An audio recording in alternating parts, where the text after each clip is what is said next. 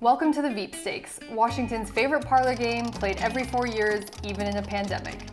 Choosing a running mate is one of the most important decisions a presidential candidate will make. The right political pairing can lead to 4 or even 8 years of executive bliss. The wrong pairing can make it very hard to reach the White House. Some of life's greatest opportunities come unexpectedly. Biden has already made one big commitment. His running mate will be a woman. But here's what else we know. His top priority is someone who could be president on day one. At 77, Biden would be the oldest president in American history, so he wants someone who is younger and has more experience to step into the role. Then there are questions of demographics. Black voters are the most important constituency to the Democratic Party, and they played a major role in helping him win the nomination. There are also regional and geographic considerations. The general election will likely be fought in the Midwest, but Democrats also see possibility in parts of the South and the West. Lastly, there's a question of personal chemistry. Do they have a rapport? Do they campaign well together? Do they like each other? Let's take a look at some of the most likely candidates. Kamala Harris is often at the top of the list because of her biography, age, and experience on the national stage. Some progressives have issues with her record, but she has a strong following among African American women. Though her presidential campaign flamed out early, she proved to be one of the most skillful debaters in the Democratic field.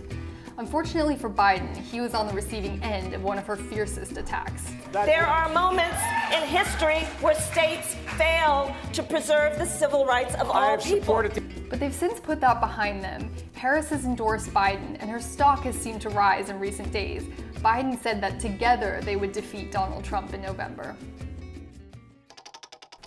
Senator Elizabeth Warren is the top choice of progressives. She ran for president on a platform of economic reforms that many believe are more relevant than ever since the pandemic. I believe government should work for everyone. She's also ideologically close to Senator Bernie Sanders, and the theory is that she would help bring along some of his supporters. But there are concerns that her left-wing politics could hurt Biden with moderate voters, and they have differing opinions on big issues like healthcare.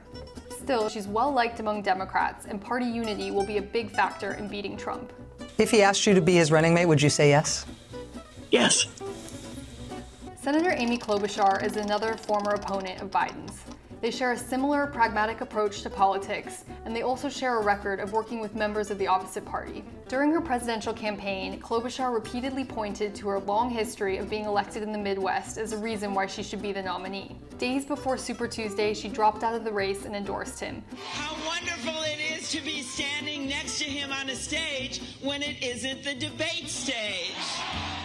In 2018, Stacey Abrams burst onto the national scene when she ran for governor of Georgia, a state Democrats have their eye on. In our Georgia, no one would be unseen, no one is unheard, and no one is uninspired. Even though she fell just shy of becoming the nation's first African-American female governor, she's still a Democratic rising star. Perhaps working against her, Abrams hasn't served in any higher office than state legislature.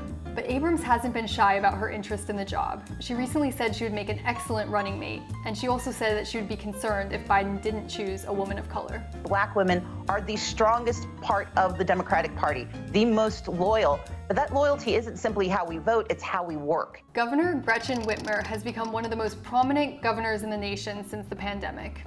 She has clashed with Trump over the federal government's response to the crisis, and he once dismissed her as the woman in Michigan. All she does is she has no idea what's going on, and all she does is say, oh, it's the federal government's fault. Support for putting Whitmer on the ticket has grown with her heightened profile, but the spotlight has also made her a controversial figure among Republicans. If Joe Biden were to ask, would you accept? And I am fortunate to have my name considered along with an incredible group of female leaders across this country.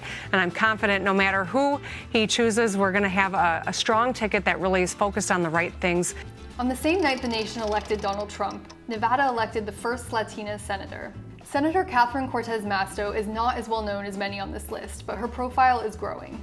This year, Cortez Masto is in charge of the effort to help Democrats take back the Senate, no easy task for a freshman senator. She comes from a diverse Western state, and putting a Latina on the ticket may help drive up enthusiasm among Hispanic voters.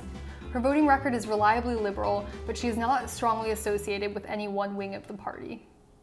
Lastly, we know what you're thinking. What about Michelle Obama? If we thought there was even the tiniest possibility that she would take the job, we'd put her at the top of the list. but she has made it clear that she has no intention of putting herself forward. Geography, ideology, identity, chemistry.